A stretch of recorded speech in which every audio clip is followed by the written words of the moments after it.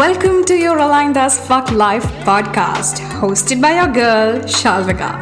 I am a life transformation coach, a wife, a cat mom, pure generator, Enneagram 3, Pisces sign, and helping you build an aligned as fuck life is my jam. Out in this world, we believe that there are no set rules for building a life, career, and business. That we are all unique and we should be able to embrace our uniqueness in everything we do while shedding all the rules or bullshit rules one at a time. We will talk all things mindset, manifestation, healing, energetics, rituals, success, and so much more. I believe that I can have it all, and you can too. Ready for an episode that will take you one step closer to your aligned as fuck life? Let's get started. Hi, hello, and welcome everyone to another episode of your Aligned as Fuck Life with Shalvika. And welcome to you, Kalil.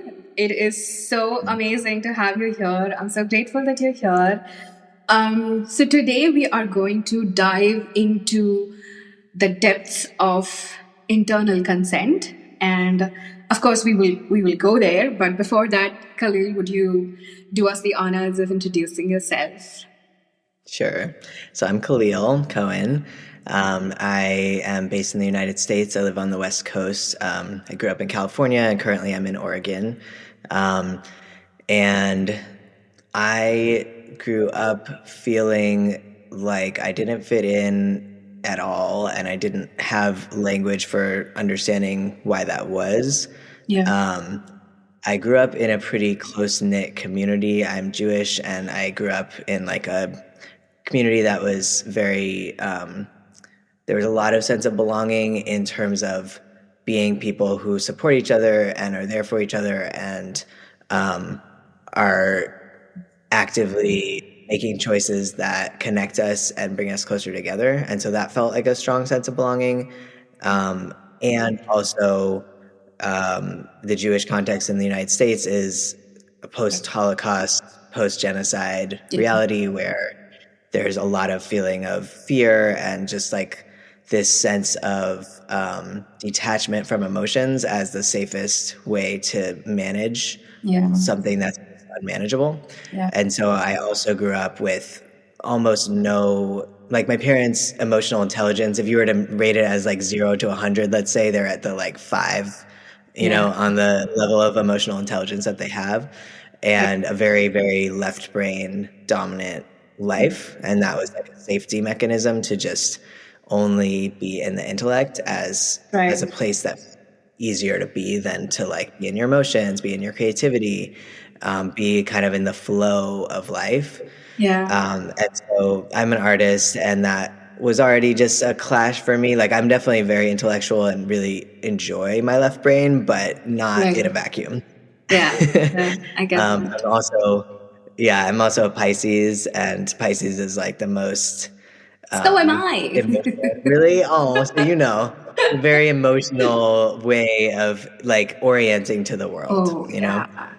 And so growing up in a family where emotions were just like not even part of, it was like basically like needs were, do you have like your physical body needs met? And that my parents were totally like able to do all of those things. But if it was like an emotional need, that was just like not even completely irrelevant. Like this is not even like something you should talk about or concern yourself with or value in any way.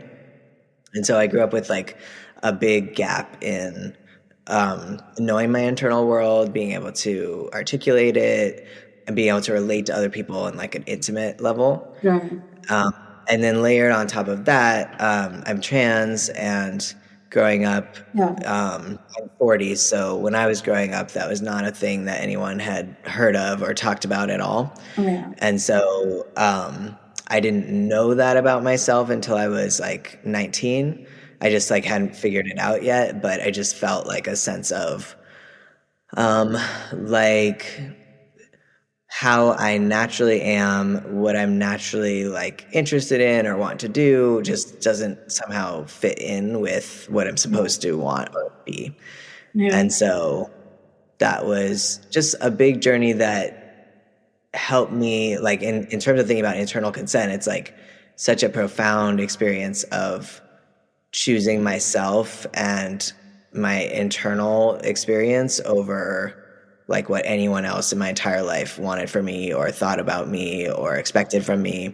Yeah. And so I think going through that process of coming out and transitioning was one of the most important experiences in my life in terms of knowing my own strength, like proving to myself that I have the strength to be me in the face of sacrificing, potentially everything about my old life in order to be true to myself. Yeah. Thank you for sharing. So it's really funny, okay, that I mean I keep having conversations with like people who come from, like, geographically, who come from very different places, right?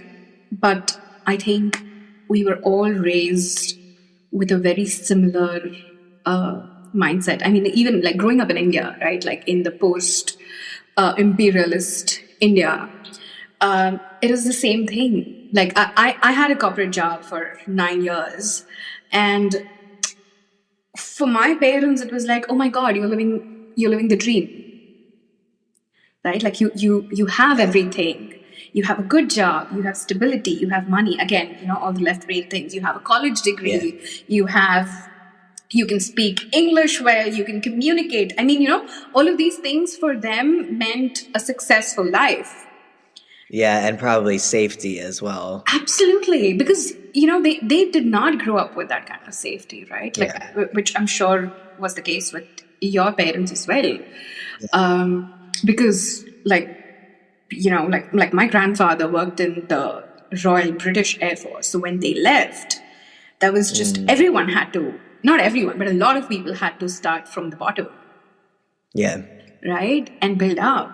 And so even though that the question of belonging did not really trouble them, it was still this question of safety and survival. That when can I buy a house? When can I get money to send my kid to college? Like, all of these were very real questions for them. And so for them to get to that understanding that, we want to break out of these patterns, we want to, like my husband and I constantly have these conversations around how, like, in spite of being a heterosexual couple, how can we break out of the heteronormative patterns that we are, told to fit in, right? And it's so strange because I've been kind of diving, and I know we're going in a very different direction, but let's flow with it. I've been kind of diving into the history of, not history, but like what sexuality meant maybe a few centuries ago in India and in the neighboring areas like the Indian subcontinent and the Middle East. And it's so interesting that, if you actually look at certain sculptures from, say, 1,000 years ago, 1,500 years ago, the male figurines, like what we know as the male deities, right? Like if you were to look at Hindu gods, because we have a lot of them, like, I don't know, millions of them, and the feminine deities, they would actually have, like, they look the same. Like, if you look at the sculptures, there's no difference. Right? Like, it's like probably the deity that's known to be feminine would probably cover her upper body and that's it. But they wear the same kind of jewelry. They have, like, if you look at pictures of kings and queens from the yesteryears, is that a word? But yeah, like from the past, right? Like, kings would have long hair and they would wear these silks and jewelry, and there'll be such opulence in how they, showed up. And that was a sign of richness, right? And then now, as against now, where we are trying to fit into this whole, and honestly, like, this whole idea of choosing a binary gender, like you're either this or that, was brought into India by the Brits. Right. Like it was imperialism that got us here, right? And now we have to like unlearn actually the centuries of brainwashing, and like we're getting there, but I think it's a long way away. Yeah, and I think that speaks to also the way that we've been conditioned to see the world in binaries in general. And Absolutely.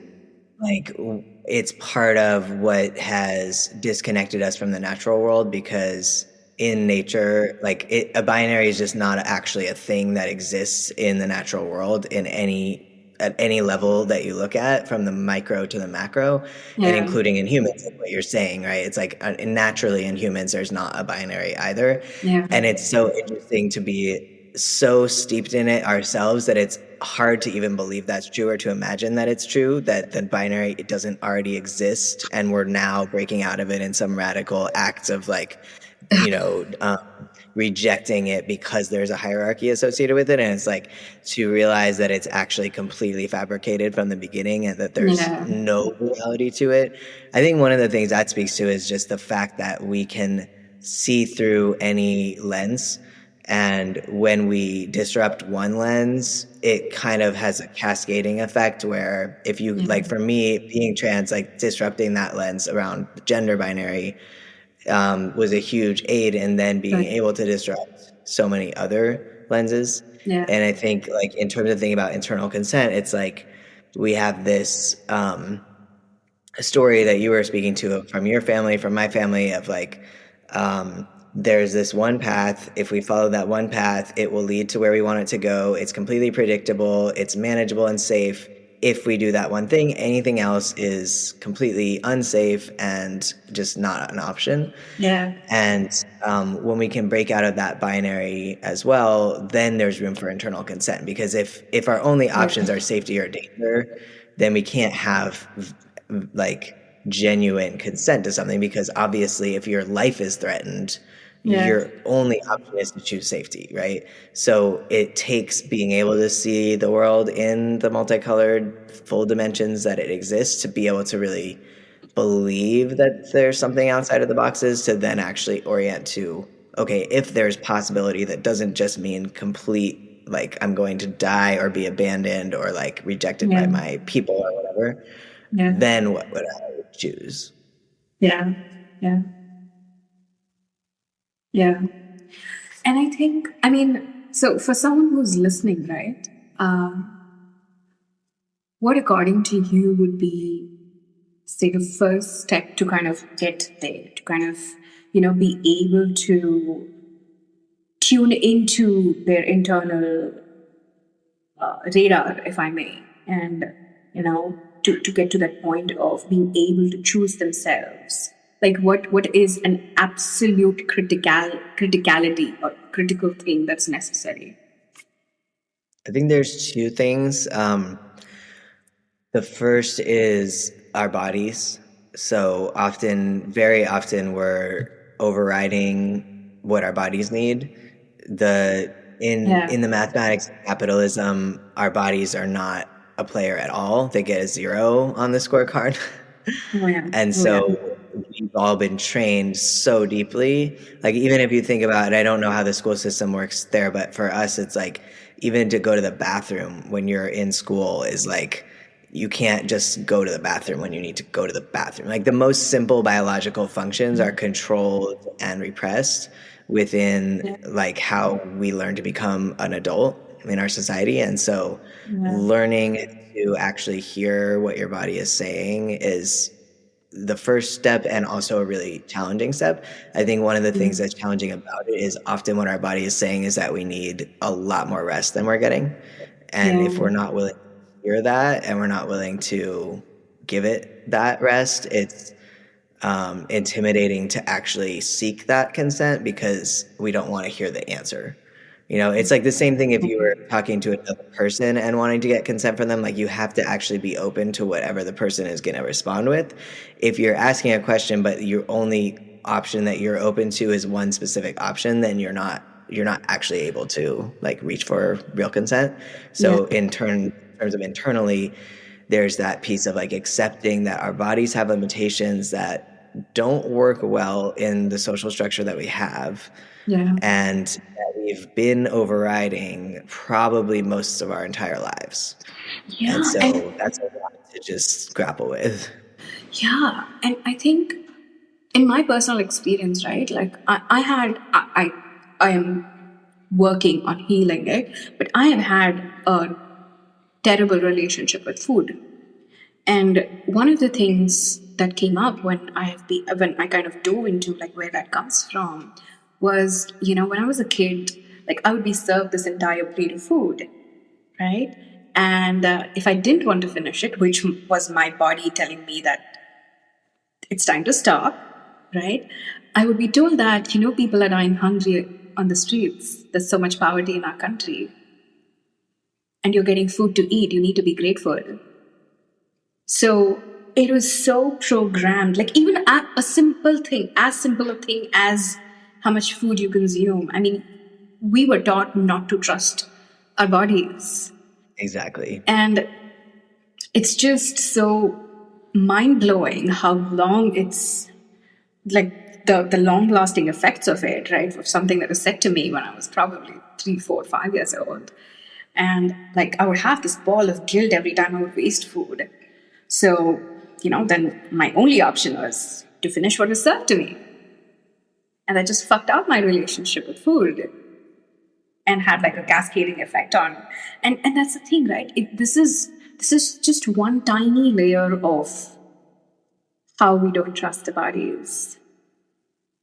So yeah, thank you for bringing that up. Yeah. Yeah. And then the other piece for me is there's a psychological framework called internal family systems. IFS is the shorthand for it. And basically it's a framework for how our minds work that asserts that we have a self, which is kind of like our connection to oneness, our connection to like higher power, divinity, and then we all have parts, and that our minds are not monolithic. It's not like they were, and then we were like damaged by society and they split into parts. It's just how we come in as people. Yeah. I think of it as like we get certain parts that are like our genetic programming. So like depending on what your parents went through, your grandparents, all your ancestors, there's certain conditioning that we have that's like, okay, this is how you survive in the world. These are the strategies that are most effective. This is how you be a part of your community, those kind of things. And they all are these different parts that have these different, it's almost like if your whole body was your phone and each one is an app, all your apps do different things and they have important specific purposes. And your phone isn't just your phone. It only works because of all the apps on it. Right. So if you think of all your parts as that collection of apps, when we get comfortable with, first of all, accepting that we're multiple, that we have so one way we can see that in our own lives is like when you want to do something or you're considering something and you have two opposing opinions at the same time. The only way you can have two different opinions at the same time is because there's two different parts of you that have different opinions. Right. And so you're trying to weigh those two against each other. And so when we can accept the fact that we don't just have one mode that we're always in and one consistent self, but we're actually like can have different reactions to the exact same, like someone could ask you the same question today and you would answer one way, and then if they asked you that question tomorrow you might answer a different way. And so to establish internal consent, part of that process is getting better at listening to those different voices.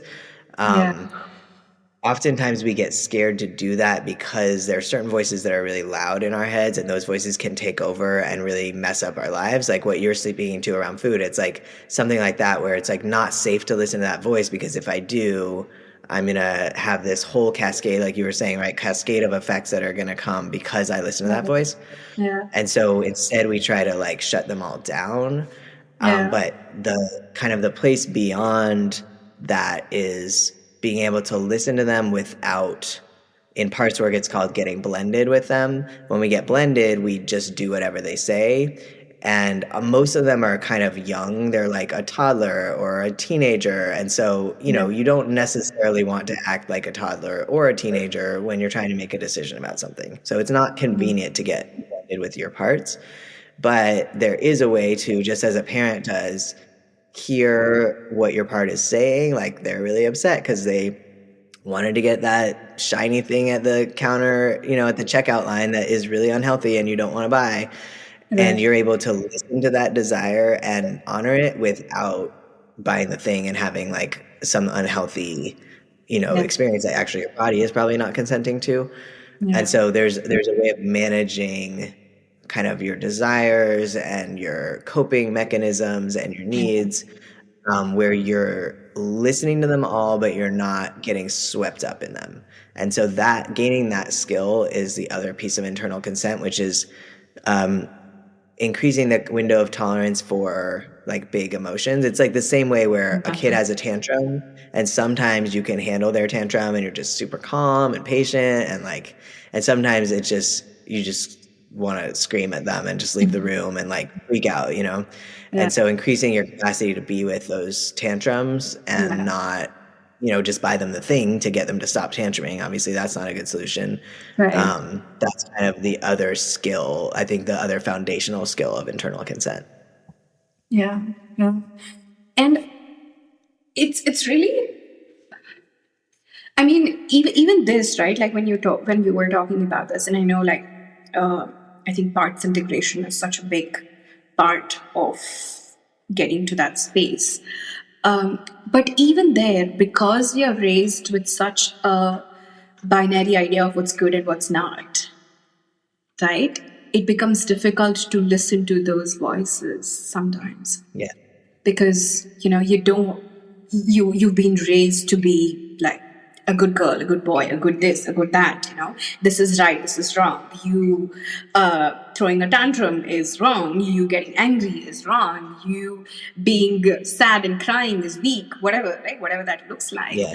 And I think even there, it's so important to kind of start looking beyond that idea of what's right and wrong, because objectively, there's nothing right or wrong. It's just, like you said, all parts of who you are and make you human. And I think we've spent so much time denying that, right, in this world, right? This, like, especially if you talk about the whole capitalistic system. Exactly. There's no space. There's no space for emotions. There's no space. Like one of the things I still remember, so I held a corporate job. I worked for an American manufacturing company. And one of the things after I started managing people that was taught to me was, how to kind of maintain an emotional distance, not get emotionally involved with your team because you are leading them. And now that I look at it, I'm like, it's such a fucked up way of leading people. Yeah. Right? How can I lead people when I'm not able to connect to them? When we're not able to be fucking humans? You're just another number, another name in the system, and you're just supposed to make things keep on working. And yeah, it's so right. And it makes you stay out of alignment with yourself and in alignment with that project of capitalism that is destroying the earth and all species on it. So absolutely, yeah. And I think, and that's why, like, I think before, like, we started recording, I kind of touched upon that. But my aim is to kind of build this bunch of role models. I can't find another word, but like role models for our next generation to look up to. People who are doing things differently. People who are breaking through the whole capitalistic, imperialistic, heteronormative, patriarchal systems that we are really like raised in. And yeah, I think that's so important, right? Like, yeah, and I think that internal consent is one of those skills that can, it's like you don't have to even be like conceptually like, oh, I'm going to break these barriers down, because when you're naturally following who you actually are, like we were saying earlier, like none of those binaries are actually real. So you just naturally don't replicate all of those systems, and in a way that doesn't create this like polarized, like I'm pushing against this thing. Because part of what happens when we're pushing against something is it creates the opposite force as well. It's like you're stuck in this clashing relationship, which is only strengthening kind of both positions at the same time. And when you are just following your internal sense of what is right and true, it's like you leave that entire battle behind, and then that other force that's trying to contain you just has nothing to even gain strength from, and it actually just kind of dissolves on its own. Like I think we can see that in the pandemic. Like one of the most interesting things to me about what's happening is this phenomenon of people just kind of stopping showing up for capitalism, and without any political, there's not like a narrative of like we're on a general strike or we're taking down capitalism or anything. It's just people had enough time and space to slow down, to get in a little bit better alignment with themselves, and they just stopped saying yes to the ways that the system is destroying them. And I think, honestly, I feel that happened because people had the time to sit down and think. Like before that, like even like I started my coaching business in 2020. Like I didn't know the pandemic was coming, but I literally quit my job 7 days before India went in lockdown. I had no idea this like shit was going down so bad. But I'm so glad I did. But before that, there was no time. I mean, I was working 12-hour days. Like, it was just get up, go, go, go, go, go, come back, eat, sleep, get up, go, go, go. And I think most people live in that, like constant rat race of what's next, what's next, what's next.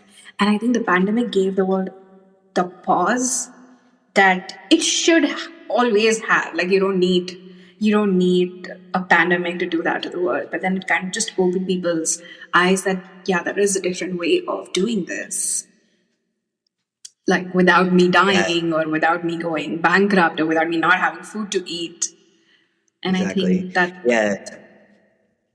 Yeah, and I think that's another skill. It is kind of a foundational skill of internal consent, which is having enough built-in rest and slowness that you can hear those voices inside. Like you're saying, it's like not possible when you're running all the time. Right. One of the Jewish practices that I feel really like is an anchor for that, and I think can be adapted for other people in other ways, is Shabbat, which is our holy day, but it's basically one day of the week where you don't do any work for the whole day. And the point of it is to be with family, to be at home, be with loved ones, to eat well and rest. And I think especially now that things are picking up again, I don't know about where you are, but it feels like the pace is definitely picking up a lot where I am. And like this is the moment to figure out like what are the foundational, like ritualized ways that I can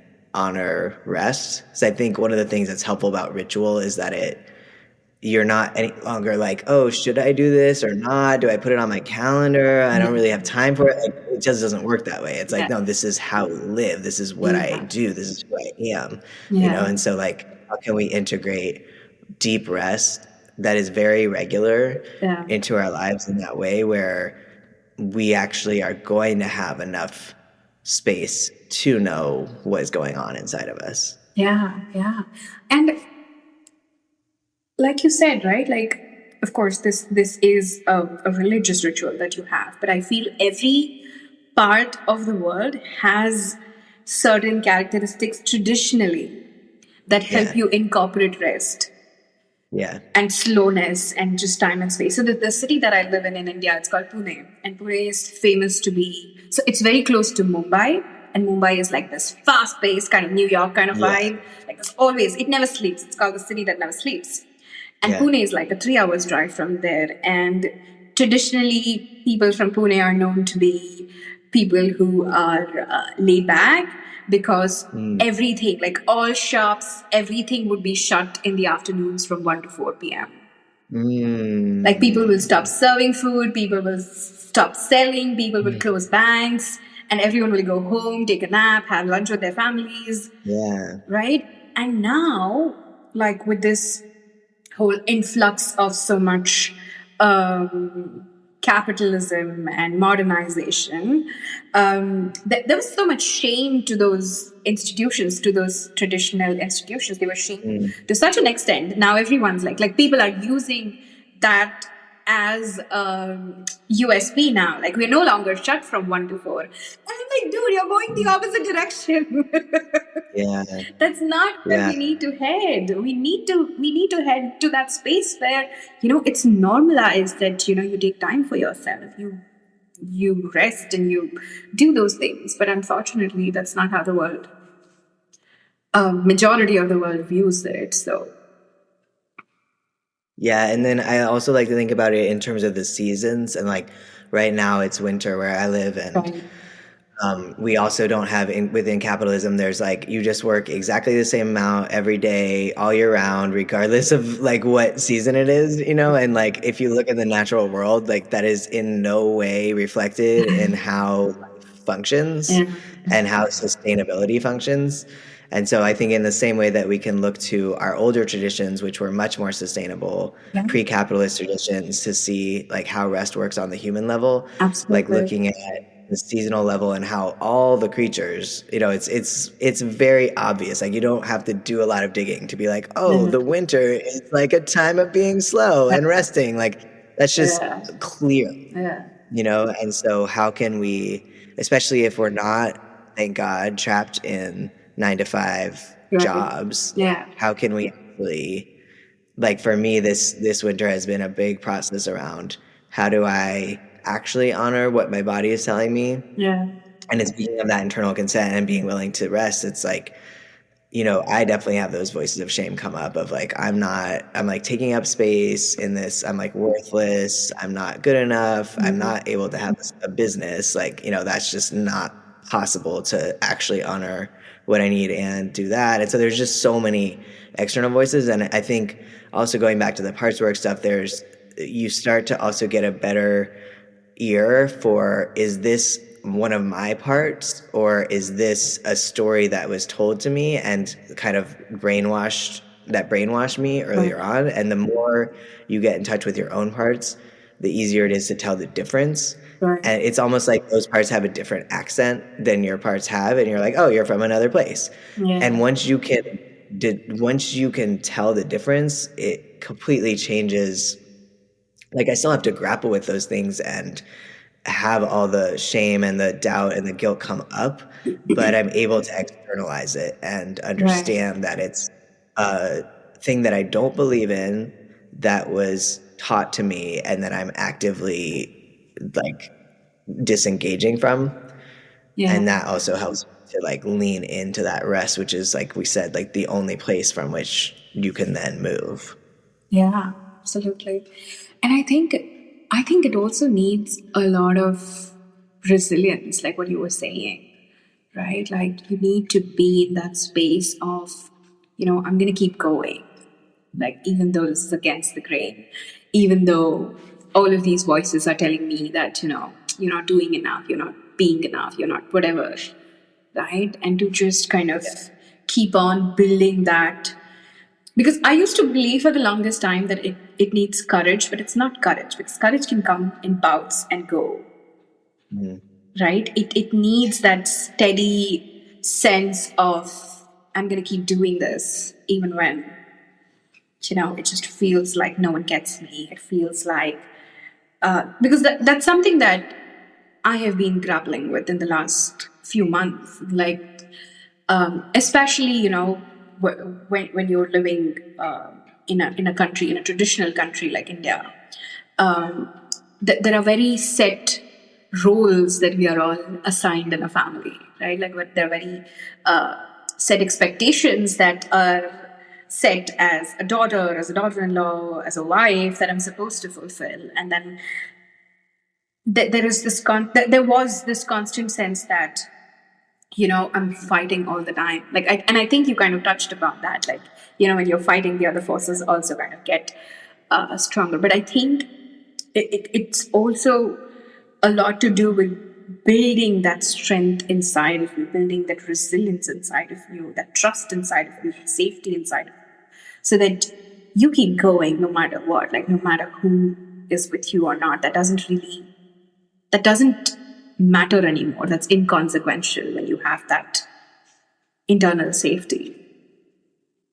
Yeah, and that's one of the key things that I teach, which is practices to help build that resilience, particularly on a somatic level. Right. Because what happens is our nervous systems get so overwhelmed by the risk that we're taking when we step outside of those roles. Yeah. And so when we engage in practices that calm our nervous systems, it's a way that like my thinking brain can be like, I'm rejecting these traditional ideas. They feel repressive to me. I don't want that anymore. But if my body is still having the fear sensation and the freak out sensation, I'm not going to be able to like maintain that, like what you're saying, like really maintain that long term. And so attending to the body and the way that we're experiencing that fear, it's because even if the fear is not real, like the risk isn't real, our body is feeling it as if we are like about to die. And so building that resilience for me centers on creating a resilient nervous system to where we have more capacity to be with fear, to be with grief, to be with all the emotions that you might be avoiding by kind of staying in your lane and staying inside of a box. Yeah. And it's funny that you said grief, because I think that's something that I recently personally experienced. So I've been working with a somatic coach to kind of, help me process all of these aspects. And I always thought that I hold a lot of anger towards these systems and people in my immediate family that don't get it, and that disconnect that you very naturally have when you want to kind of break out of what's expected of you, right? And then I realized that it was actually not anger, it was actually grief. I was actually grieving those relationships that I had thought would have this particular shape, but they weren't. And so I had to let go of those. And I wasn't angry, I was really grieving, letting go of those relationships that I thought they would be. And that is so not normalized, right? Like grieving people who are still around you, like grieving relationships even when they are in your life. And I think that's such an essential part of building that strength to, then kind of tune into your own internal consent. Yeah, and I think that also loops back to like, if we are to listen to our internal world, we have to be willing to hear what is shared. And so something like that feels like, oh, maybe I'm too scared to like let the grief be real, or I'm not supposed to be feeling grief like you're saying because this person is there. Then if that shuts us down, then we aren't going to be able to like fully listen to what is true for us. And so part of it too is when you're seeking internal consent is coming with curiosity. Like, I don't actually know what's going on in here. I think I know, of course, right? We always have our story about what's happening. And you thought it was anger, but you still came with curiosity, or maybe your coach was able to support you with that, but you were able to like change, like to open up to, oh, there's actually more here. There's something else underneath that I didn't realize. So that piece around being curious and knowing that you're going to be surprised, and that's part of the process. Like whatever the surprise is, we don't know what it's going to be, but it's something that's going to be different than what you thought it was. Yeah. Wow, we've gone like all over the place. So, okay, before we wrap up, what one advice would you kind of give someone who's listening to this and who is starting their journey towards kind of tuning into their internal radar and understanding internal consent and getting to that space of actually listening to their own inner voice? I would say in my own journey around consent, something that's been a game changer for me is not just respecting no's and being okay with no's, both internally and externally, but actually like deeply valuing and appreciating when I get a no. Because if I get a no, that means I can trust the yes. Right. If I'm never getting a no, that means the yes might not be, I can't really trust that that's a real yes. Yeah. And so that has really helped me accept more, like when I really want the answer to be yes internally. Let's say it's like I want to take some job opportunity, but there's some pieces around it that just aren't in alignment, but there's some really good things about it, you know, and I really want that to be a yes when I tune in, and then I get a no. Now how I can orient to that is like, oh wow, I'm so glad to know that, so that when I get a yes, I'll know that it's totally real and true. And the same thing with external, like if I invite someone to do something and they say no, now I could think like, oh, okay, I'm so glad that I know that they're going to reliably I can trust them to say no. Right. So then I can trust that when they say yes, they actually meant it. And I'm not just building resentment that I didn't even know was happening because the other person isn't being honest with me. Right. And so I think orienting to that internally too, of like deeply appreciating no, it makes it a lot easier to listen because I'm not scared or like trying to get the answer to be only one thing. Right. Yeah. I love that. Love that. Okay, cool. Last question. What is your current, very random question, okay, but what is your current favorite book or TV show or podcast that you're listening to? Well, a book that relates to this topic that I really love, it's called The Way of Integrity. Okay. The author is Martha Beck, and it's all about how when we're deeply in integrity, so in this case, how I would call that is internal consent, like our whole life it just works in a different way than it can when we're not. And she has a lot of practices in there and like specific ways that she breaks that down for people. Cool. Thank you. Thank you so much for sharing. Thank you so much, Kalil, for being here. This has been a lovely conversation. I think we dove into a lot of like juicy shit. So I hope that's like really, I'm sure it's going to be really helpful for whoever's listening. So thank you so much for being here. I'm so grateful that you. Thank you for having me. I'm so grateful to have this conversation, and especially like in a cross-cultural context to get to like really understand like what are the common threads that we're all experiencing. I feel like that's really important and helpful for each of us to be able to orient our own lives better. Oh, absolutely. So thank you for inviting me. Of course. And it's funny, like last note, but it's funny that doesn't matter where we come from, what our backgrounds are, how we are raised, what faith we were raised in, like all of those things, I think eventually it all trickles down to all of us have the same problems, all of us have the same struggles, all of us have the same, like we're just humans. It doesn't matter where we're from. And I think that's so beautiful that comes out from all of these conversations that I have. Yeah. All right. Thank you. Thank you so much. Thank you. Thank you so much for tuning in today's episode. If you absolutely loved what you heard today, be sure to share it with me by leaving a review on iTunes so that I can keep the good stuff coming. And if you aren't already following me on social media, come soak up some extra inspiration and send me a hello on Instagram by searching @ShalvikaP. Also tagged in the show notes. I love and adore you so much, and I will talk to you super soon. In the meantime, continue building your most authentic and aligned as fuck life. Ciao!